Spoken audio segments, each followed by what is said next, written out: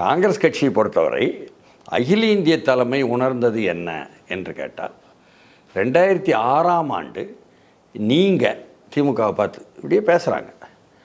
இங்கேருந்து போனவங்க போனாங்க, முக்கியமானவங்க போனாங்க, அவங்கள்ட்ட பேசினாங்க அப்படின்னு வச்சுக்கிடுங்களேன். அப்போது 2006ஆம் ஆண்டு நீங்கள் திமுக வந்தது 96 தொகுதி, காங்கிரஸ் வந்தது 34 தொகுதி.